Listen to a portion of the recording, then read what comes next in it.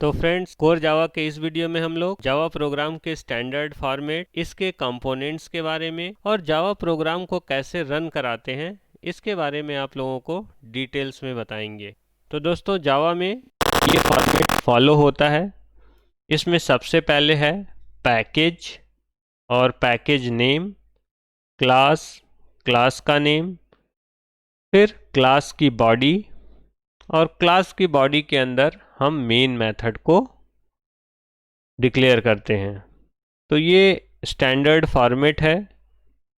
अब हम इसके एक एक कंपोनेंट्स को देखेंगे कि पैकेज क्या है, क्लास, क्लास का नेम ये क्या है, और मेन मेथड में public, static, void, string, args, इन सब की क्या मीनिंग्स हैं।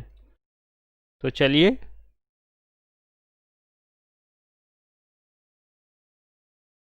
नेक्स्ट, इस प्रोग्राम में आइडेंटिफायर्स। आइडेंटिफायर्स क्या हैं? आइडेंटिफायर्स वो सारे नेम्स हैं, चाहे वो प्री डिफाइंस हो या यूज़र डिफाइंस, जिनका यूज़ हम प्रोग्राम में वैल्यू को आइडेंटिफाइड करने में यूज़ करते हैं। जैसे पैकेज, पैकेज नेम एलटेक, तो ये एक यूज़र डिफाइंड पैकेज है। तो यहाँ पैकेज का नेम क्या हुआ? एलटेक। तो एलटेक is a identifier. Similarly class, class name, ये भी एक यूज़र डिफाइंड क्लास है। तो ये एक आइडेंटिफायर की तरह हुई। ये क्या आइडेंटिफाई कराती हमें? क्लास को। तो सिमिलरली यहाँ पे 5 डिफरेंट आइडेंटिफायर्स हैं, जिसमें एलटेक, क्लास नेम, यूज़र डिफाइन, इसके अलावा मेन एक आइडेंटिफायर है जो कि मेथड्स है, स्ट्रिंग एक क्लास का नेम है जो कि प्री डिफाइन है, आर्ग्स एक वेरिएबल नेम है जो कि प्री डिफाइंस है। तो दोस्तों, जब भी हम आइडेंटिफायर्स को डिफाइन करते हैं तो इसके लिए कुछ रूल्स को हमें फॉलो करना होता है। तो ये रूल्स क्या हैं, इनके बारे में हम देखते हैं। तो आइडेंटिफायर्स के रूल्स, कि हम आइडेंटिफायर्स को डिफाइन करते वक्त उसमें हम A to Z alphabet character, capital letter, small letter और नंबर 0 to 9, उसके अलावा स्पेशल कैरेक्टर्स, डॉलर, अंडरस्कोर का हम यूज़ करते हैं। फॉर एग्ज़ाम्पल एलटेक कोर सोल्यूशन @ तो दोस्तों, ये वैलिड आइडेंटिफायर होगा? बिल्कुल नहीं, क्योंकि आइडेंटिफायर में @ सिंबल का यूज़ हम नहीं करते। नेक्स्ट, आइडेंटिफायर कभी भी नंबर से स्टार्ट नहीं होगा, यानी फर्स्ट स्टार्टिंग उसकी या तो कैरेक्टर होनी चाहिए या फिर अंडरस्कोर सिंबल, पर नंबर नहीं हो सकता। आइडेंटिफायर्स केस सेंसिटिव होते हैं, यानी स्मॉल लेटर्स, कैपिटल लेटर्स अलग अलग तरह से ये ट्रीट होते हैं, यानी डिफरेंशिएट होते हैं। स्मॉल और कैपिटल में अंतर होता है। जैसे एलटेक कैपिटल और एलटेक स्मॉल, ये दोनों डिफरेंट हैं। नेक्स्ट, आइडेंटिफायर्स कभी भी हम कोई रिजर्व या वर्ड यानी कीवर्ड्स को हम यूज़ नहीं कर सकते। कोई भी keywords as a identifier use नहीं हो सकता।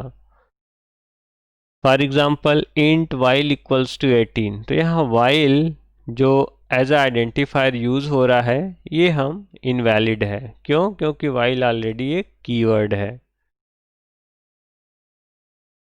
हम आइडेंटिफायर्स में वाइट स्पेस नहीं दे सकते, यानी जो भी हम आइडेंटिफायर नेम देंगे वो एक कंप्लीट वर्ड होना चाहिए, कोई भी गैपिंग नहीं होनी चाहिए। तो चलिए कुछ वैलिड एग्जांपल्स हम देखते हैं आइडेंटिफायर्स के। तो यहाँ पे फर्स्ट एलटेक कोर वैलिड है, सारे कैपिटल लेटर्स हैं। एलटेक कोर ये भी वैलिड है, सारे कैरेक्टर्स यूज हैं। नेक्स्ट थर्ड वैलिड है, क्यों? सारे स्मॉल लेटर्स हैं। सिंगल अल्फ़ाबेट्स भी हम आइडेंटिफायर के रूप में ले सकते हैं। पहला कैरेक्टर अंडरस्कोर हो सकता है, आइडेंटिफायर में पहला जो भी लेटर हो इसमें अंडरस्कोर हम ले सकते हैं, पर नंबर अलाउ नहीं है।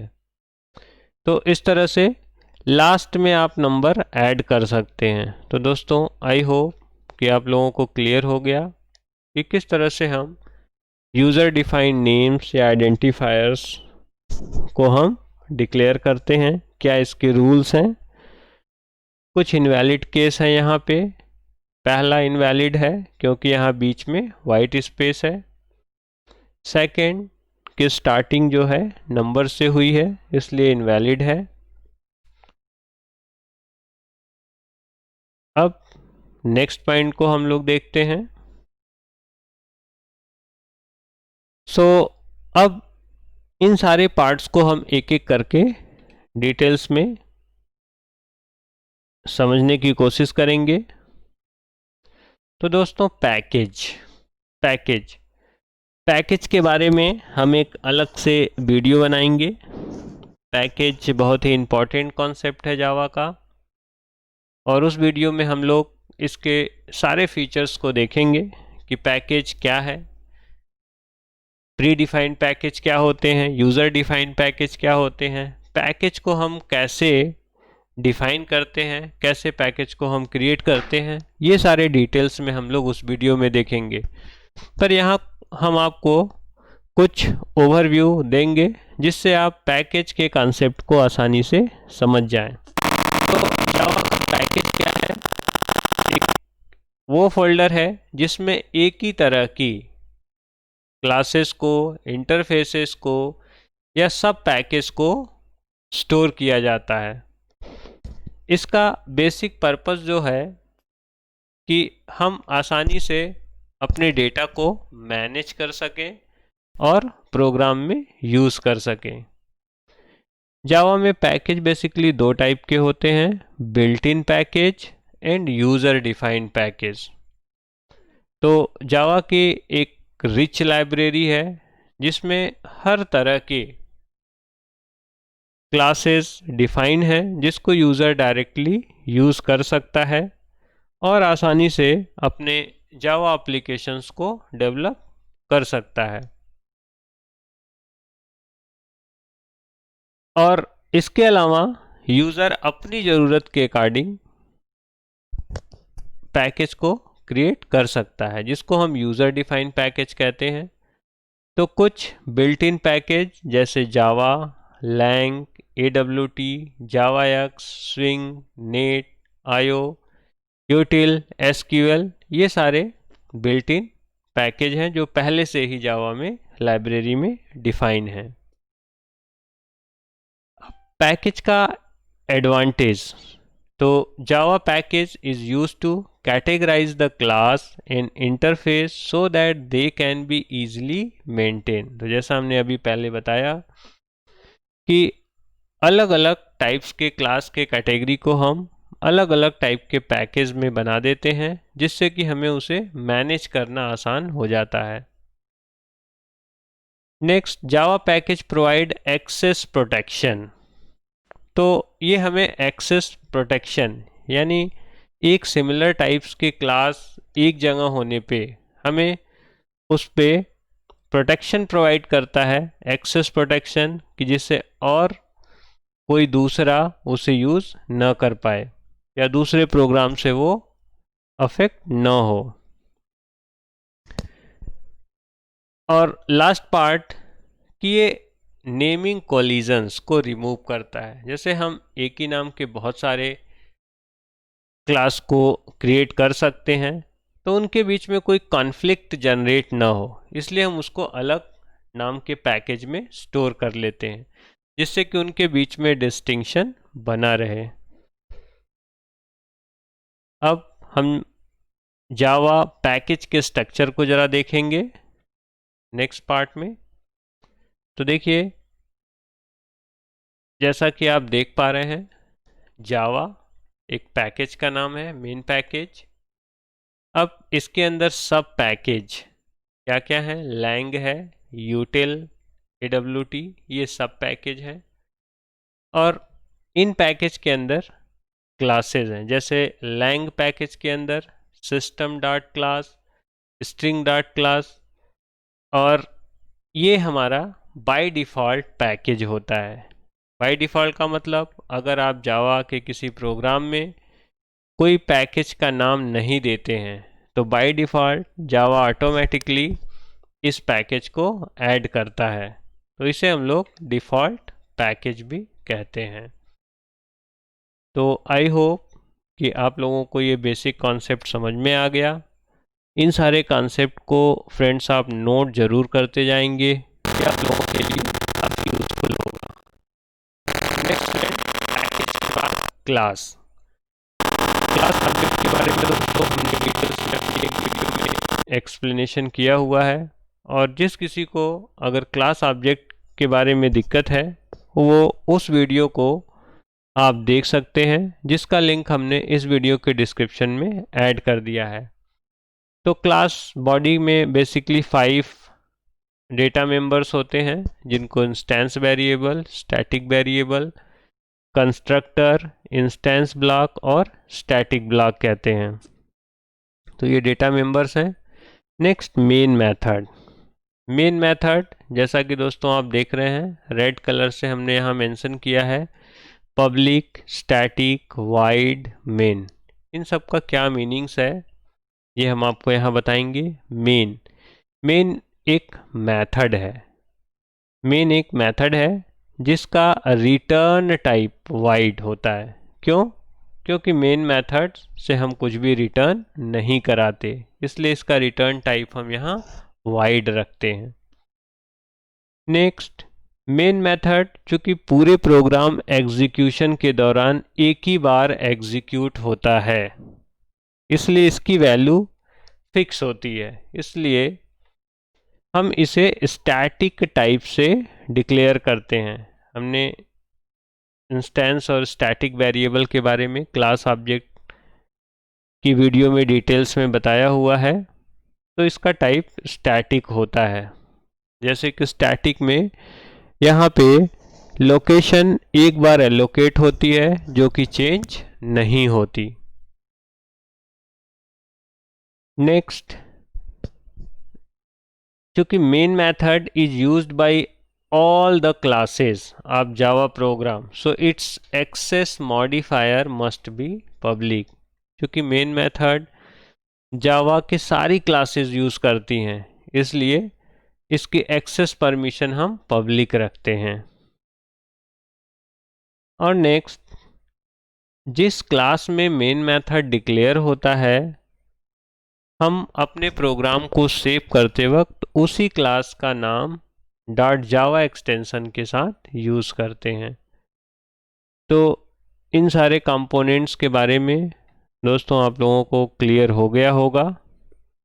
अब हम इसके कंपाइलेशन यानी जावा प्रोग्राम के कंपाइलेशन और एग्जीक्यूशन स्टेप्स को समझेंगे। तो दोस्तों सबसे पहले हम अपने कोड को राइट करते हैं, जावा कोड को राइट करते हैं नोटपैड में या एडिट प्लस, जो भी आप एडिटर यूज कर रहे हो। तो पहले हम प्रोग्राम को राइट करेंगे, ये हमारा फर्स्ट स्टेप है। तो जैसा कि हमने आपको एग्जांपल पे यहाँ मेंशन किया है, क्लास नेम, तो यहाँ क्लास नेम क्या है दोस्तों? टेस्ट। तो हमने अपने प्रोग्राम को राइट कर लिया। नेक्स्ट स्टेप होती है, अब हम अपने इस फाइल को सेव करेंगे। तो फाइल को सेव करते वक्त हमें क्या ध्यान देना है कि हम उसी क्लास का नेम देंगे जिस क्लास में मेन मेथड डिक्लेयर हो। तो यहाँ पे दोस्तों केवल एक ही क्लास है, तो हम लोग इस क्लास का नाम देंगे क्योंकि मेन मेथड इसी क्लास के अंदर डिक्लेयर है। तो इसके लिए हम क्लास का नेम .java एक्सटेंशन का यूज़ करेंगे, तो test.java। नेक्स्ट स्टेप, अब हम अपने जावा प्रोग्राम को कंपाइल करेंगे। तो जावा प्रोग्राम को कंपाइल करने के लिए हम जावा सी कमांड देते हैं और उस कंप्लीट सेव फाइल का नेम देंगे, फाइल नेम डॉट जावा। तो हमारे इस एग्जांपल में जावा सी टेस्ट डॉट जावा। अब नेक्स्ट स्टेप, यहाँ पे दो कंडीशन आएगी, या तो हमारा प्रोग्राम सक्सेसफुली कंपाइल हो सकता है या फिर कंपाइलेशन एरर जनरेट हो सकता है। तो दोस्तों, अगर कंपाइलेशन एरर जनरेट होता है, जैसे हमारा नेक्स्ट केस में है कि is there any error, so yes error है, तब हम क्या करेंगे, फिर से हम उस एरर को फाइंड करेंगे, उसको सॉल्व करेंगे और फिर से प्रोग्राम को हम सेव कर लेंगे और सेव करके रीकम्पाइल यानी फिर से दोबारा हम कंपाइल करेंगे। तो अब उसके बाद हमारा प्रोग्राम में कोई एरर नहीं है, तो प्रोग्राम हमारा सक्सेसफुली कंपाइल हो जाता है। और कंपाइल होने के बाद हमें बाइट कोड मिलता है। बाइट कोड एक ऑप्टिमाइज्ड कोड है जो कि जावा प्रोग्राम को प्लेटफॉर्म इंडिपेंडेंसी प्रोवाइड करता है, जो कि काफ़ी इम्पोर्टेंट फीचर है, जिसको हमने अपने जावा सीरीज़ की फर्स्ट वीडियो में डिटेल्स में एक्सप्लेन किया हुआ है। अगर किसी को बाइट कोड के बारे में डिटेल्स में समझना है तो वो हमारे जावा ओवरव्यू यानी फर्स्ट वीडियो में आप देख सकते हैं। उस वीडियो का लिंक भी हम इस वीडियो के डिस्क्रिप्शन में ऐड कर देंगे। तो दोस्तों, ये हमारा बाइट कोड जनरेट हो गया। बाइट कोड यानी डॉट क्लास फाइल हमारी जनरेट हो गई और इस केस में हमारी उसका नाम है टेस्ट डॉट क्लास फाइल।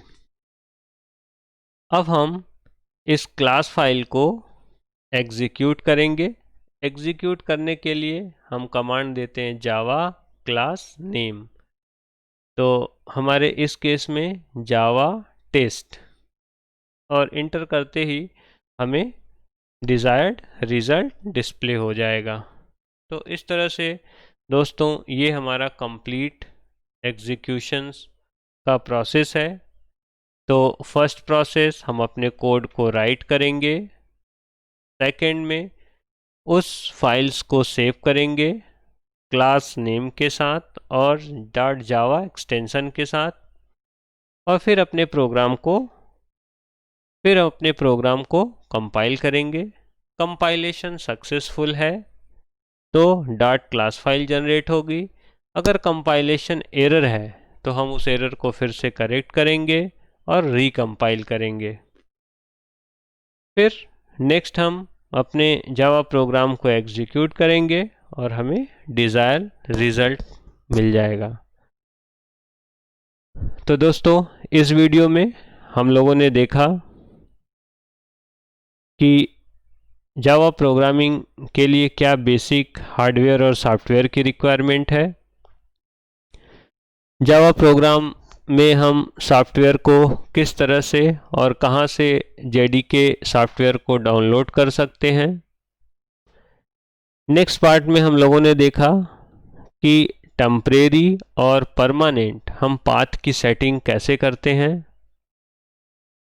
और उसके बाद हम लोगों ने जावा प्रोग्राम के बेसिक स्ट्रक्चर्स के बारे में डिस्कस किए, उसके क्या क्या कंपोनेंट हैं, उनका क्या क्या यूज़ है, और लास्ट में हम लोगों ने प्रोग्राम के फुल एग्जीक्यूशन प्रोसेस को स्टेप बाय स्टेप देखे।